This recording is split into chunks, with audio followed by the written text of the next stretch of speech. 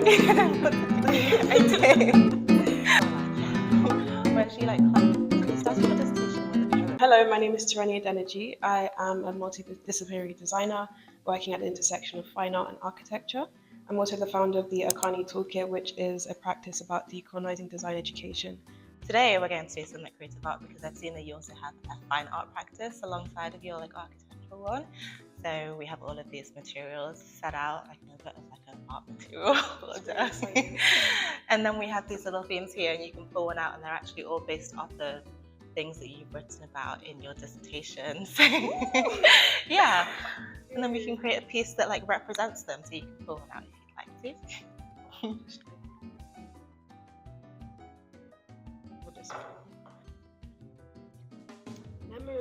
Memory. That's a nice one. I think my work actually does focus on memory a little bit too. So, yeah. So you can use whatever you want. Like I don't know if you want to like pick out something before. You think? Sure. Okay. Like that would be nice. And then there's like all that stuff. I'm feeling. Oh, are these watercolors? They are watercolors. You can use them. I also have these watercolor pencils that have the water inside. See? You came prepared. I did. Honestly, just raided my house and everything. Okay, I think there's a palette in my bag if you'd grab it. Thank you. If you want to use the watercolors, that's there. I think I will choose. Let's see, I haven't done any like physical artwork in a long time. Like I'm just on my laptop constantly. So this is different. I can ask you some questions while we start. So the first one, if there was a specific moment on your BA that you realized that maybe you didn't want to follow like a traditional path and instead you're more interested in art, in education and specifically like Indigenous knowledges and how that may be excluded from the curriculum?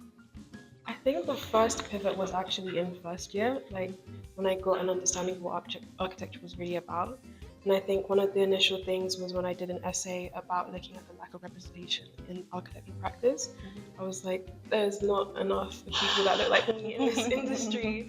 And I think also the way that we were taught in lectures, everything was just focused on very like Eurocentric design practices. Yes. And it's just like, gosh, where's my people in this, you know? And so I think it was already something I was seeing from the beginning stages of studying. And then it just became a lot more, I guess, visible to me as I was like studying and practicing, seeing that there was just very little focus on other kind of components. What are you currently doing now, if you'd like to explain? So I'm working on a decolonizing design toolkit, which is called the A.K.A.N.I Toolkit. And it's basically a set of resources, but also workshops and ways of learning about African and Indigenous design principles, like outside of the studio. I think it's important that we are able to create spaces for education outside of just institution. It's also a way for me to ground my work in community and working with other people. So the workshops and the tools and resources I'm wanting to create are all kind of founded by my own practice as a designer, but also other people who are interested in decolonial practice. That's really interesting. That is really interesting. And have you run workshops today? I think I saw that on your website. You were talking about a few that you've done. Would you like to explain sort of what things you do during your workshops? So a lot of it is about having conversation because I'm wanting to create a new form of pedagogy. So basically having conversation with people and not necessarily saying I'm trying to teach them something. I'm wanting to also exchange knowledge with them as well, I like that. from them and myself. And yeah, it's all about just exchange in a way that feels beneficial for both of us, because especially at uni, it feels quite like, you know, there's a tutor and then, you know, you're the student. Yeah, it's like being talked to rather than like in conversation with. Exactly. So I think that is one of the main things, and I'm wanting to get onto more like physical crafting workshops as well, because one of the parts of the way I'm looking at exploring design is also how we interact with the materials we build with, rather than just being focused on function and form, but also how we connect with them in a more embodied way. So there's some things coming. That sounds exciting. I'm happy. Like, I'm really happy to see when people kind of do things that are outside of potentially just working in practice, because I think we all have such diverse interests and we all have amazing skills that we get from studying architecture. So it's nice to see them like actually applied. It's good. So at the end of your BA, you wrote your dissertation, which is great. And now you transition from the concept you were talking about in that to actually solidifying the A.K.A.N.I Toolkit. I know you had 3 pillars, so if you'd like to. Yeah, so the dissertation was called Beyond the Master's House, and it was basically a reference to Audre Lorde, who spoke about how the master tools cannot dismantle the master's house. And I quite like that metaphor because a house is architectural, but also the fact that we talk about creating new ways of designing, but a lot of the time we use the same tools that we used before. We're not using different ways of creating knowledge systems. So I was saying that we need to create our own tools rather than using tools that already exist. And so I was like, okay, since I'm going on this idea of creating my own tools, surely I should try and make my own. And so that's where the A.K.A.N.I Toolkit kind of really came from. The foundations of it was my personal lived experience as a designer who realized my knowledge systems weren't included in the design curriculum, and also seeing that we needed more access to information that wasn't just Eurocentric. And so that's how it emerged. And there are 3 core pillars for A.K.A.N.I. So there's pillar 1, which is reflection, practicing ongoing reflection. And that is about personal introspection. So we don't just talk about decolonization on an external level, we also need to do the internal work as well. So reflecting on our own experiences and the way that we, I guess, see education and see the world around us. I think that's the first thing we really need to do as people who want to practice decolonial work. Yeah. And then the second pillar is called knowledge. So embracing new ways of knowledge and reclaiming new ways of knowledge and the ways of knowledge that we have from our ancestors. So rather than just having knowledge systems that are just taught to us and given to us in institutions, which are just very Eurocentric. Yeah. We need to be able to reclaim our own knowledge systems because they are equally as valuable, if not more. So that is all about how we are, I guess, reclaiming our knowledge and understanding that is also important. And then my my third pillar is about embodied materiality. So again, like thinking about how we practice with materials, understanding them in a way that's more grounded and connected, rather than just saying, okay, I'm going to use wood because it's strong. Yeah. Like where did that wood come from? It came from a tree. What's that tree's story? So it's more about having a deeper respect and connection to the environment and the materials that we craft with, because a lot of the time it's just function and form, and not understanding that the earth itself has its own memory and soul to it. So that I feel that each pillar kind of leads into one another and creates this, I guess, holistic practice that is not just about building, it's also about ourselves and the way that we're situated. I really do get that from the way you talk about it. Is this something that you began while you were still doing your BA, or did you kind of pause after your dissertation and then pick it back up again once you'd graduated? I think it was really an idea that was kind of emerging whilst studying, like throughout my BA. Like I had like fragments of the idea, and it was then in my third year that I then did the dissertation, and we had a final unit which was about ethical studies. So we'd have to talk about the kind of architects we want to be, and I think that gave me the perfect way to really hone in on what the ideas were for A.K.A.N.I, and that allowed me to do like my manifesto video for it, and I was able to like present like the first kind of initial ideas of it with other people. So it really kind of emerged from my whole journey, and then there was a point where I was able to then, I guess, put it into clearer action. So yeah, it kind of flew from first year to second to third year. Like it was like a string that went all across your education. Yeah, that's really interesting. Feeling blue this morning, I don't know. I usually do go for blue, but today I've just a whole different color palette. I guess what comes to mind when you think of memory? Like a feeling, or just do certain images come to you? The only image I can see right now is this like big, like swirling one. Oh, if you watched, what is that movie called? Kids film, Coraline. Yeah, where she like climbs through the door into the other world. That's pretty much what I can see. Yeah. I don't know why that's what comes to mind, but yeah. in your dissertation, you like make mention to Octavia Butler's work, and that's actually something I spoke about in my compendium as well. But I'm just wondering, like, in what context that influenced you? I think for me, it was definitely about looking at Afrofuturism and new ways of imagining the world and the future that we can see. Mm-hmm. I think it's so interesting how different forms of creativity really do inform one another. And that's why I was like, I just had to include her work and other writers, because it's not just about looking at one singular form of creativity and saying, okay, this is the only way that it can be done.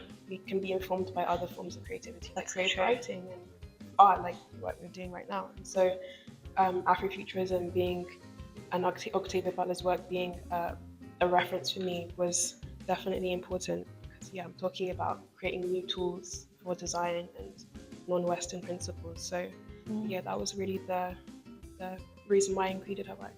No, that does. I really do get that, because for me, like I'm like really drawn to it because I just think that like creative writing should be like a form of like recognized knowledge exchange. Like it doesn't just have to be like academic writing. And like I read one of her books that I referenced in my dissertation, which was Kindred, and that was like, that is historical fiction pretty much. Like even though it's not real, it does touch on things that really did happen. So like I was just interested in how you can potentially write in that way, but like for a more academic audience. But then it's also accessible to people that like don't find themselves in academia, which is what I really like. And then you started your dissertation with a poem, which was very interesting. Why did you make that choice? Well, it was really about looking at the feeling that I was experiencing. Because I remember when I had my first tutorial with my tutor Michael about what I wanted to write for my dissertation. I knew I wanted to talk about this critique of this system of knowledge, but I didn't know how to put it into words, and I didn't really know where to start, because it was not just about, okay, I have this research, it was also a feeling, like a personal lived experience. And my tutor told me to write whatever to begin with, and I thought, okay, well, I also do love to write poetry, and poetry is also a way for me to use words to also express how I feel. And so I wanted to explore my journey through the master's house through poetic language. And I think through doing that, I was able to frame my experience, how I felt through it. And then that just led me into being able to write a bit more structuredly, because I had that kind of foundation with a kind of new approach to academic writing, I suppose. That does make sense. It was like your sort of like the way you allowed yourself to like enter like the path you took into entering the project was like through like a personal perspective first and like more creatively written way, which then kind of links to the theory that you were then talking about later, which makes sense. I like that. Thank you. I feel like adding something else.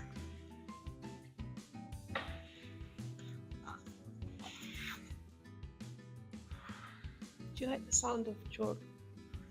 I used to do the chalk transfer thing where you put things underneath chalk. I like that. But also like you could hear the sound and feel the texture of it. Yeah, I love the way that it shows the paper's rhythm on it. Yeah, it's nice.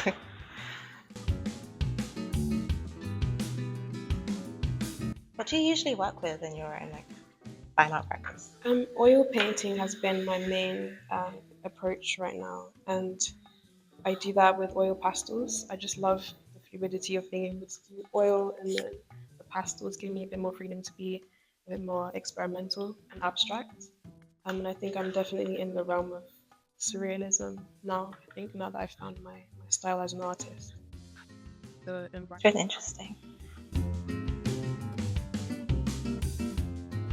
And like, how do you see your work as an artist kind of intersecting with your work as a future architect? I think being able to think about space and atmosphere is something that art allows me to do a lot more, and I think that feeds into architecture in the sense that I'm not just looking at the structure, I'm also looking at how spaces feel.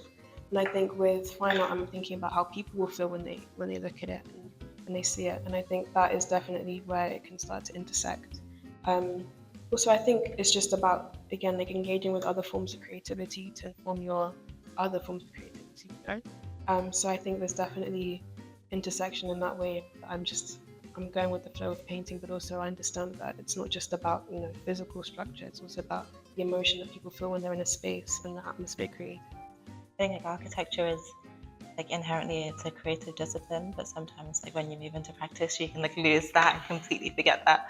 So like having other things you do that remind you that like you are a creative person will definitely feed into the way that you design space as well, which is nice. Like I wish more architecture practices really did focus on like things like that, but Really wish as well. because I actually like hand draw a lot of my stuff. Like, on my undergrad I hand drew most of my plans and sections and elevations, but that's just not a thing you can do in practice, which is sad. You said that you were thinking of potentially waiting a year until you do your part 2. Is that so you can kind of develop your own practice? Yeah, because I think the way that my work has been going now, I've been intentional with the way I've been approaching people and I guess formatting everything I'm trying to create for A.K.A.N.I, but also things have kind of been falling into place quite nicely without me having to put too much effort. And I'm just seeing how things unfold because I've been able to get funding for A.K.A.N.I and Wow, that's amazing. Congratulations. and that was like I didn't expect to get it. And some other opportunities have been coming up. So I just want to see how this year goes since it's the first year of A.K.A.N.I kind of finding its feet. But yeah, I think I'm just kind of going with the flow right now. Very different to my routine, my usual routine from uni, but I think it's nice to have a different shift. And yeah. How was that process of like gaining funding? Because like, a lot of architects are just not very good business people. So it's like hard to turn your ideas into realities. Like how was that for you? I think because I was very crystal clear on like what I want to achieve with this work, I think that helped me a lot. Because when I applied for the funding program, I had to identify like what my work is about, who am I trying to reach, what's the mission, how the funding would help me. And so I think because I was very crystal clear on these ideas, I think that helped me a lot. And I suppose it was just a lot of proofreading and like writing everything again and making sure I made everything as clear as possible. I think that was a good thing for me. But yeah, I'm not that business minded at all. So. No, it is a problem because we just had a like lecture on it. Like a lot of the things that you do in uni, like these projects you have, they really could become real.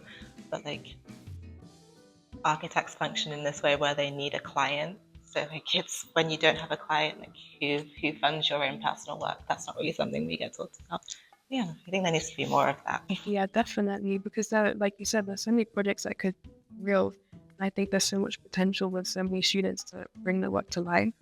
I think it's just need to be told how to do it. What has been your most challenging aspect of like speaking about the specific themes that you speak about? So like multiculturalism, things that are maybe a bit political, things that are about like feminism. How do you find that challenging to like translate that from like thoughts that you have to a wider audience? Yeah, it's been quite a challenge because I think again it feeds into personal experience and my own identity as well. And I think also it's because it's stuff I'm really passionate about. It's sometimes difficult to find the balance between, being able to talk about it in a way that's passionate, but also not overbearing, I suppose. Yeah. And also thinking about my own, I guess, well-being in terms of, talking about these things. Even like having a dissertation and then doing a poem for it, that felt quite personal for me. But I think what's been helping has been able to have conversations with like-minded people who understand where I'm coming from, and to see that I'm not having to try and, I guess, force people to understand. I think it's more of saying this is the reality and this is what I'm wanting to achieve. So yeah, it's been a challenge, but also it's been exciting because I've met so many people so far who resonate. So I'm learning and growing with them rather than, trying to present everything to people and be like, okay, this is it. It's collaborative, it's collective learning rather than singular. You're in like a space like with people that are receptive, they're like willing to hear what you have to say, which is always helpful. What does memory mean to you? Like, what are you drawing? Well, I'm going with feeling. And when I think about memory, I'm feeling quite fluid. And I just instantly went for blue and swells and spirals. So I feel like that memory is something that it's not quite tangible. It's something that exists in your mind and the ether. So that's why I'm feeling quite, I guess, spirally. But more, I'm seeing it's more congested down here. I guess maybe there's more fluidity up here. I don't know. Maybe it's right side of the brain, left side of the brain. Yeah, like this side looks quite like kind of like contemplating something. The other side looks a bit more like light, like airy. Yeah, I like it. Yes. I think mine needs something extra. Like I'm planning on like Draw expanding. Coraline. Draw Coraline, like climbing in the corner. Yeah, and the cat. I'm planning on like expanding it out and then maybe getting some watercolors and making it blended. But I'll see. I'll see. I like how it's growing. Kind of looks like when you cut a tree trunk. It does look like that actually. That actually really links to the theme too, because like the spirals of the tree show like how old it is, so you can do like you can date back to the age of the tree and its memories over that time. Gosh, I feel like people with like architectural training, they can just like, turn anything into something meaningful. That's true. Yeah. They just put like meaning behind anything. Any advice to like a student, someone that's about to graduate that thinks that they have this like big idea and they really want to do? Like, what would you advise them? I think the first piece of advice is to have belief in your idea.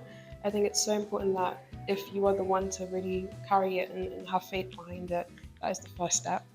Also, utilize the people you know from your uni, from the people, your peers, from your tutors.